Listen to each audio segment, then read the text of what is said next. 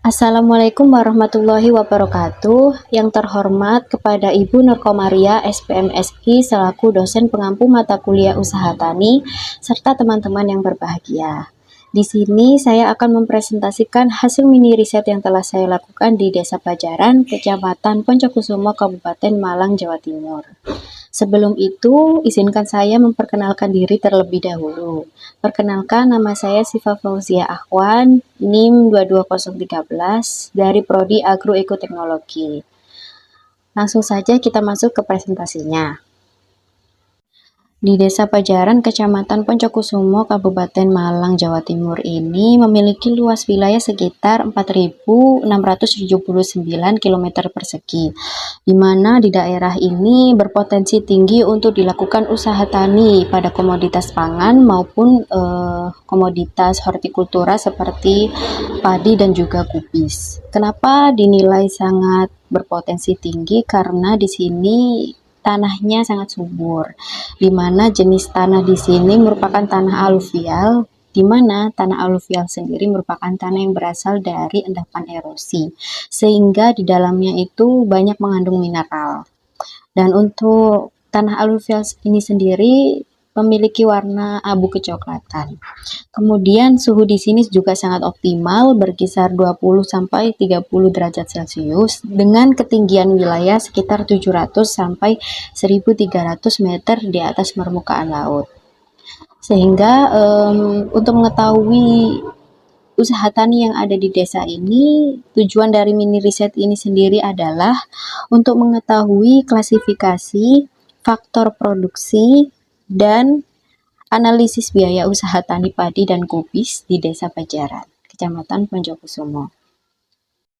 Selanjutnya ada permasalahan dan solusi dari Tritunggal usaha tani. Yang pertama ada petani. Petani di sini itu mengalami kendala dalam hal pengendalian hama dan juga pengaturan irigasinya. Karena kebetulan petani yang saya wawancarai ini menggarap sawahnya sendiri, sehingga mungkin saya menilainya beliau itu sedikit keteteran atau sedikit kewalahan dalam mengatur semuanya. Sehingga solusi yang dapat diberikan yaitu mungkin bisa menambah tenaga kerja untuk meringankan pekerjaan dalam hal mengatur irigasi dan juga pengendalian hama. Kemudian untuk permasalahan lahan, sawahnya ini kan irigasinya berasal dari sungai. Nah, setelah saya tinjau langsung di lokasi, sungainya itu banyak sekali terdapat sampah, sehingga bisa terjadi penyumbatan gitu. Lalu lahan yang terlalu kering dan basah itu juga kurang baik. Dan untuk solusinya mungkin selalu membersihkan saluran irigasi agar tidak terjadi penyumbatan yang terlalu berarti dan selalu menjaga kelembaban tanahnya. Kemudian untuk permasalahan komoditas, pada komoditas padi itu biasanya terserang hama. Hama yang menyerang itu hama wereng, hama ulat, hama walang sangit, hama cabuk, dan juga hama burung. Untuk hama wereng sendiri itu dapat menyebabkan batang padi itu berwarna coklat. Dan untuk hama ulat itu menyebabkan daun-daun padi berlubang-lubang. Lalu hama walang sangit itu biasanya menyerang padi yang usianya masih muda sehingga menyerap air padi. Nah, kemudian padi itu dapat kekurangan air dan kering, dan lama-kelamaan padi ini nanti akan mati. Kemudian untuk hama cabuk itu biasanya terdapat di permukaan daun berwarna putih gitu. Lalu ada hama burung. Nah, kalau hama burung ini menyerang padi pada saat padi yang sudah umurnya tua, yang sudah berbuah dan berisi, biasanya dihinggapi burung. Nah, sehingga isinya itu jatuh. Untuk komoditas kubis itu juga sama. Permasalahannya itu juga dari terserangnya hama. Kalau kubis, hama yang biasanya menyerang itu hama ulat dan juga hama cabuk. Kemudian untuk solusinya itu bisa melakukan pencegahan terlebih dahulu sebelum melakukan penanaman dengan cara memberikan obat anti hama sebelum penanaman. Jadi pada saat melakukan pengolahan lahan agar tidak hama itu bisa dicegah gitu sebelum adanya tanaman yang ditanam, dan selalu mengontrol tanaman. Kemudian untuk lahannya sendiri ini luasnya 250 meter persegi. Nah, lahannya ini lahan sewa. Jadi per tahunnya itu sewanya 2 juta rupiah. Dan irigasinya yang seperti yang sudah saya bilang tadi, irigasinya berasal dari sungai, di mana sungai ini nanti dialirkan ke selokan-selokan pinggiran sawah yang kemudian di selokannya itu ada semacam lubang gitu seperti yang ada di gambar. Lubang ini nanti digunakan untuk mengalirkan air ke dalam lahan persawahan. Kemudian untuk irigasinya itu tidak mengeluarkan biaya atau tidak berbayar, tapi harus bergantian dengan petani lain. Jadi untuk ketika membutuhkan irigasi, ketika waktunya mengairi sawah itu ada penutupnya gitu. Penutupnya itu dibuka agar airnya mengaliri sawah. Nah, ketika sudah selesai itu bisa ditutup kembali supaya air tidak mengalir. Kemudian untuk padi sendiri itu yang digunakan adalah bibit padi jenis 32 yaitu Pertiwi Inpari 32. Nah, padi itu dipanen setiap 4 bulan sekali. Untuk kubis itu menggunakan bibit dari Grand dan dipanen setiap 3 bulan sekali.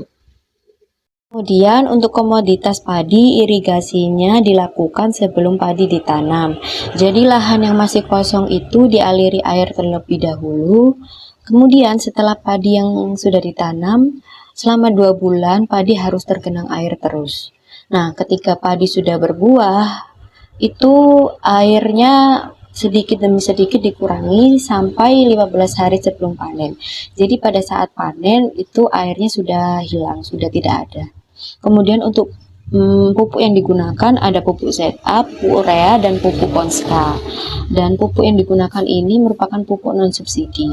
Untuk takaran pupuk ZA dalam 1 kali tanam itu memerlukan 20 kg, pupuk ureanya 5 kg, dan untuk pupuk Ponskanya 25 kg.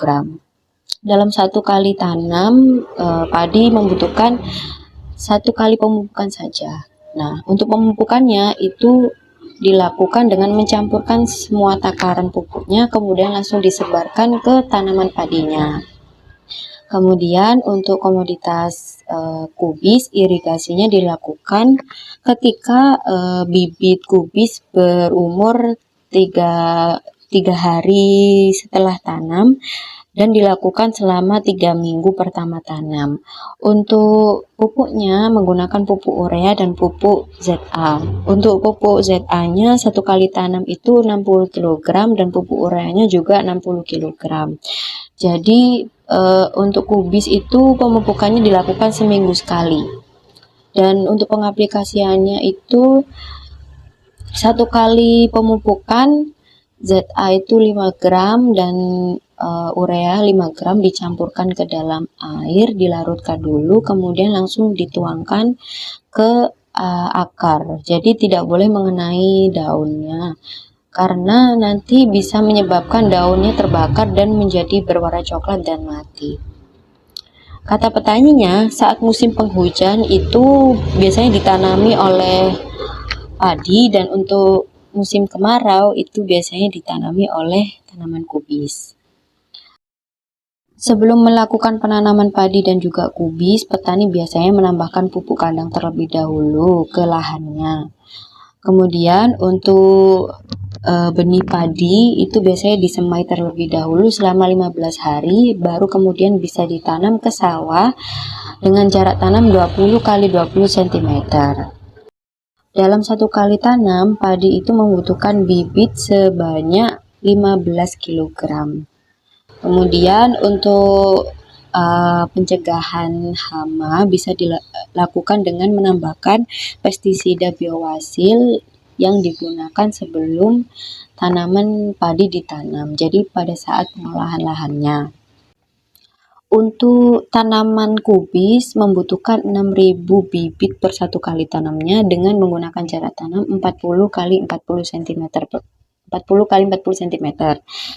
Dan pengendalian hamanya bisa dilakukan dengan menggunakan insektisida sapu jagat dengan satu kali pengaplikasiannya itu takarannya setengah sendok makan yang kemudian dilarutkan ke dalam sebuah wadah yang ukurannya 15 liter. Jadi 15 liter air dicampurkan. Di situ diaduk, setelah larut kemudian dipindahkan ke tangki penyemprot manual. Jadi tangkinya ini tuh dipompa dulu, kemudian baru bisa menyemprotkan cairan ini. Dan dalam satu kali tanam itu pengaplikasian insektisida ini membutuhkan 9 kali.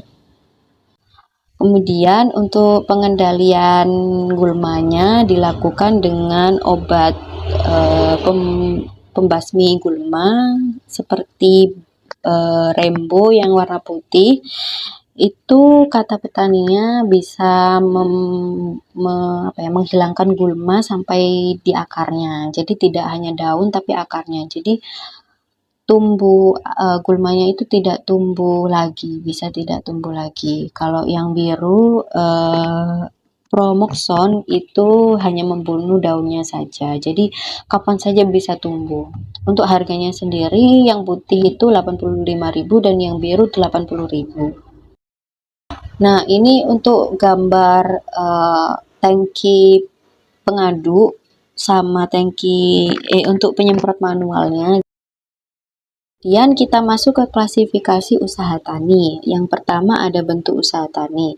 Untuk bentuknya sendiri itu tergolong dalam usaha tani perorangan karena petaninya menggarap sawahnya sendiri secara pribadi tanpa menggunakan tenaga kerja orang lain. Mungkin dibantu hanya dengan istri dan anaknya. Kemudian untuk pola usaha taninya itu usaha tani khusus. Kenapa? Karena usaha taninya ini dilakukan di satu cabang saja. Jadi hanya pertanian saja dalam komoditas pangan dan hortikultura, tidak dengan peternakan atau perikanan. Sifat usaha taninya subsisten dan komersial. Kenapa? Karena komoditas padinya kata petani hanya dikonsumsi sendiri untuk makanan pokok selama 1 tahun. Dan kalau untuk yang komersial itu lebih ke komoditas kubis dijual ke tengkulak. Jadi setelah panen langsung dijual.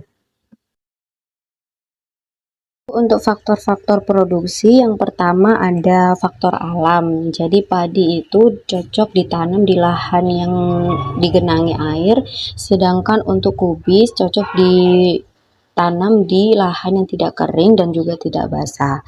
Untuk tenaga kerja, petaninya tidak menggunakan tenaga kerja dari orang lain, melainkan digarap sendiri atau mungkin bisa dibantu dengan istri dan anaknya.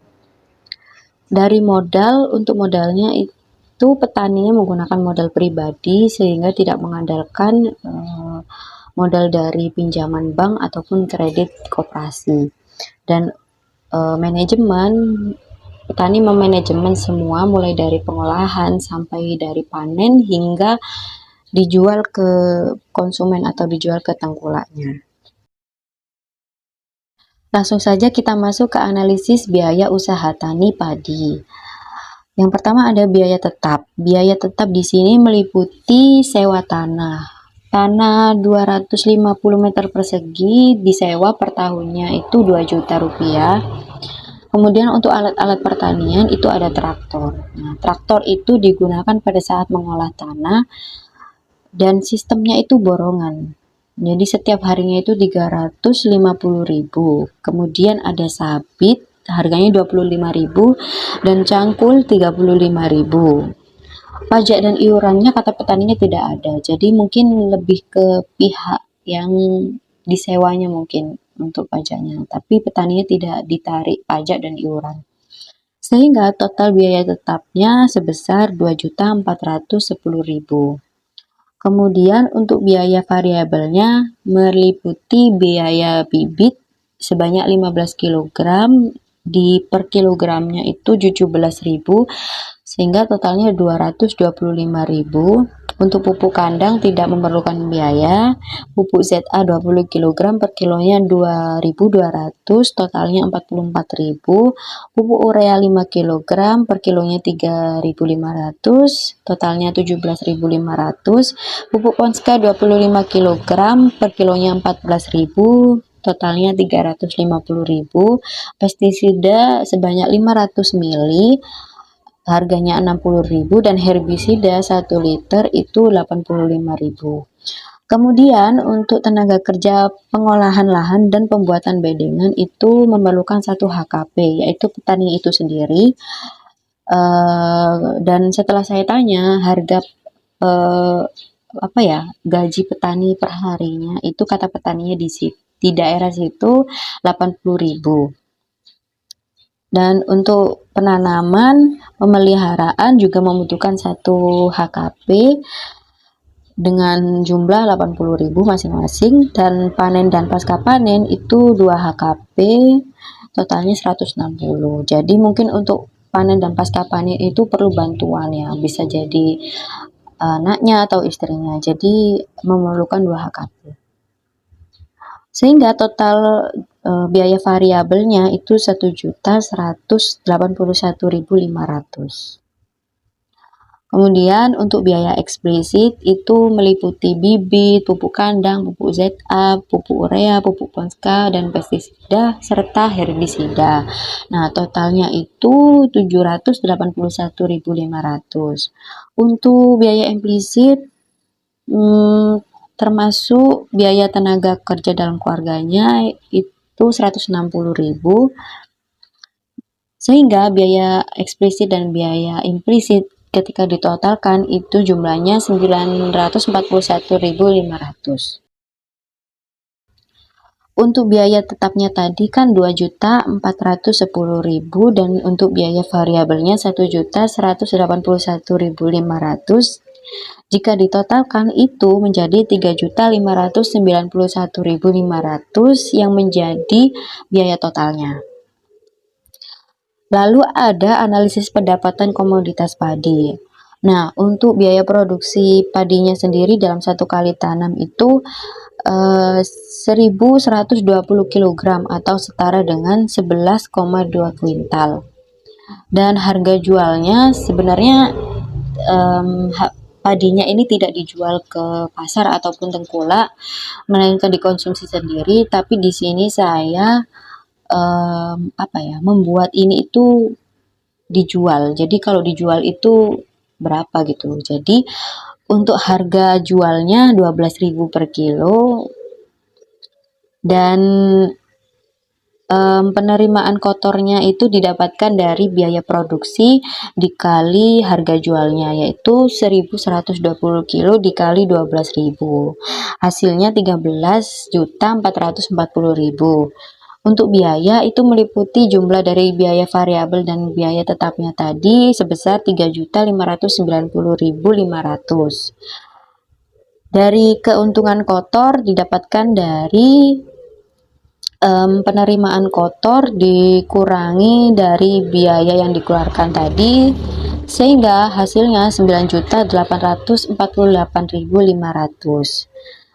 Lalu ada biaya yang diperhitungkan, biaya tenaga dalam keluarga 2 HKP 80 dikali 80.000, totalnya 160.000. Keuntungan bersih itu didapatkan dari keuntungan kotor dikurangi biaya yang diperhitungkan tadi, yaitu sebesar 9.848.500 dikurangi 160.000, sehingga keuntungan bersih yang didapatkan petani sebesar 9.688.500. Kemudian kita langsung masuk ke analisis biaya usaha tani kubis dalam 1 kali tanam.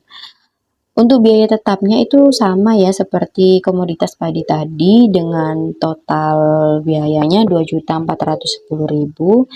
Kemudian langsung saja kita masuk ke biaya variabelnya.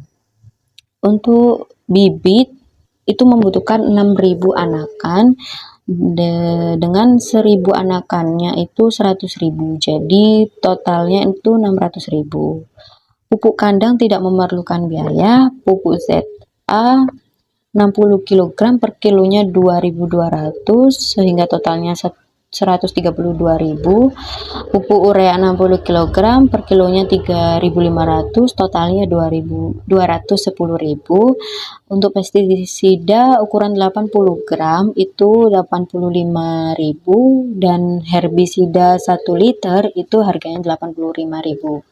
Kemudian tenaga kerja pengolahan lahan dan pembuatan bedengan sama penanaman itu memerlukan 1 HKP atau 1 orang saja, yaitu totalnya jadi 80.000 masing-masing. Kemudian untuk pemeliharaan dan panen pasca panen itu memerlukan 2 HKP, jadi totalnya 160.000 masing-masing. Jadi biaya variabel ketika ditotalkan semuanya, totalnya 1.592.000. Untuk biaya eksplisit meliputi bibit, pupuk, pestisida maupun herbisida itu yang biaya yang dikeluarkan itu sebesar 1.112.000. Dan biaya implisitnya biaya tenaga kerja dalam keluarganya mengeluarkan biaya 160.000, sehingga total biaya eksplisit dan implisitnya sebesar 1.272.000. Kemudian biaya tetapnya tadi 2.410.000 dan biaya variabelnya 1.592.000. Ketika ditotalkan menjadi 4.002.000. Nah, ini merupakan biaya total. Untuk analisis pendapatan komoditas kubis, biaya produksinya 1 kali tanamnya itu menghasilkan 3.000 kg atau setara dengan 3 ton. Untuk harga jualnya 2.000 per kilogram. Jadi penerimaan kotornya ini didapatkan dari biaya produksinya yaitu 3.000 kg dikalikan dengan harga jualnya 2.000. Hasilnya 6 juta. Biaya itu dari variabel dan tetapnya tadi 4.002.000 dan untuk keuntungan kotor didapatkan dari hasil pengurangan dari penerimaan kotor dan harga variabel dan tetap tadi sehingga totalnya 1.998.000. Biaya yang diperhitungkan tenaga kerja dalam keluarga itu 1 HKP dikali 80.000 yaitu 80.000 dan keuntungan bersih itu didapatkan dari keuntungan kotor dikurangi biaya tenaga kerja dalam keluarga 80.000 sehingga didapatkan keuntungan bersih 1.918.000. Kemudian untuk mengetahui apakah usaha tani ini itu layak dilakukan atau dikembangkan, maka dilakukan perhitungan RC rasio. Nah, untuk perhitungan RC rasio sendiri dilakukan dengan menggunakan rumus RC rasio sama dengan total penerimaan atau TR dibagi total biaya atau TC. Di mana untuk total penerimaannya itu sebesar 13.440.000 dibagi total biayanya 3.591.500 sehingga totalnya didapatkan RC rasio sebesar 3,7. Untuk RC rasio di atas 1 itu berarti usaha tani itu dinilai layak dijalankan karena dinilai cukup menguntungkan. Untuk komoditas kubis, total penerimaannya 6 juta dibagi 4.002.000 sehingga didapatkan RC rasio sebesar 1,4. Maka usaha ini itu layak dijalankan atau dikembangkan karena dinilai menguntungkan. Meskipun tidak semenguntungkan komoditas padi. Oke, untuk kesimpulan dari presentasi kali ini yaitu usaha tani padi dan kubis yang ada di Desa Pajaran, Kecamatan Poncokusumo, Malang ini, dari keseluruhan analisis data dapat disimpulkan bahwa kedua usaha tani ini tuh layak dijalankan atau dikembangkan karena bisa dilihat dari perhitungan RC rasio yang sudah dilakukan tadi, yaitu pada padi sebesar 3,7 dan pada kubis 1,4, di mana keduanya itu RC rasionya di atas 1, di mana dinilai masih layak dan menguntungkan untuk diusahakan. Untuk total biaya produksi padi yang dikeluarkan itu sebesar 3.591.500 dan total pendapatannya diperoleh sebesar 9.768.500, sehingga petani ini memperoleh untung sebanyak 6.177.000. Kalau untuk usaha tani kubis, biaya untuk satu kali tanamnya sebesar 4.002.000 dan total pendapatannya 1.918.000, sehingga petani ini mendapatkan keuntungan sebesar 2.084.000. Untuk saran dari saya, kegiatan usaha tani padi dan kubis di Desa Pajaran, Kecamatan Poncokusumo, Malang ini harus tetap dipertahankan dan dikembangkan karena usaha taninya ini dapat memberikan keuntungan yang lebih besar untuk petani. Kemudian mungkin untuk petani yang masih kesulitan dalam mengatasi serangan hama, itu perlu bimbingan dengan menjalin komunikasi dengan para penyuluh pertanian untuk mendapatkan informasi yang lebih akurat sehingga dapat meningkatkan hasil produksi padi dan kubis. Mungkin langkah lainnya juga dapat dilakukan dengan melakukan tindak pencegahan hama dengan yang seperti saya bahas tadi, menggunakan obat anti hama terlebih dahulu sebelum melakukan penanaman. Kemudian untuk keuntungan yang diperoleh petani, jadi untuk keuntungan yang diperoleh dari usaha tani padi ini tadi kan sangat cukup besar ya keuntungannya.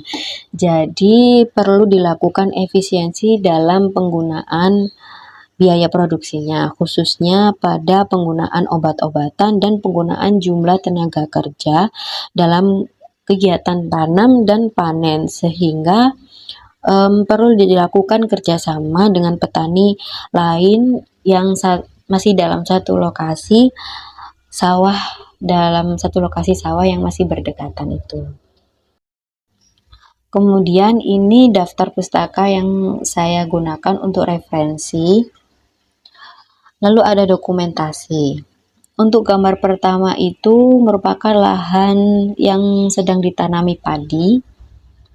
Untuk yang gambar kedua itu yang sedang ditanami kubis. Gambar ketiga itu aliran sungai sebagai sumber irigasinya. Nah, untuk gambar keempat itu gambar dari hama, yaitu hama ulat yang sedang menempel pada daun padi. Untuk gambar kelima itu merupakan efek dari hama walang sangit, karena hamanya itu bisa menyerap air dari padi, karena jadinya padinya itu kering kayak gitu dan itu kosong, isinya tidak ada padinya dan padinya bisa mati. Kemudian itu ada gambar hama walang sangitnya yang sedang hinggap di padi yang masih muda. Kemudian gambar selanjutnya itu lahan yang kondisinya itu sudah dilakukan pemanenan, jadi warnanya kuning seperti itu. Kemudian ada selokan, ini selokan yang digunakan untuk mengalirkan air dari sungai, dan ada lubangnya di selokan tersebut untuk mengalirkan air ke dalam lahannya. Oke, terima kasih. Sekian presentasi dari saya, mungkin kurang atau lebihnya mohon dimaafkan. Wassalamualaikum warahmatullahi wabarakatuh.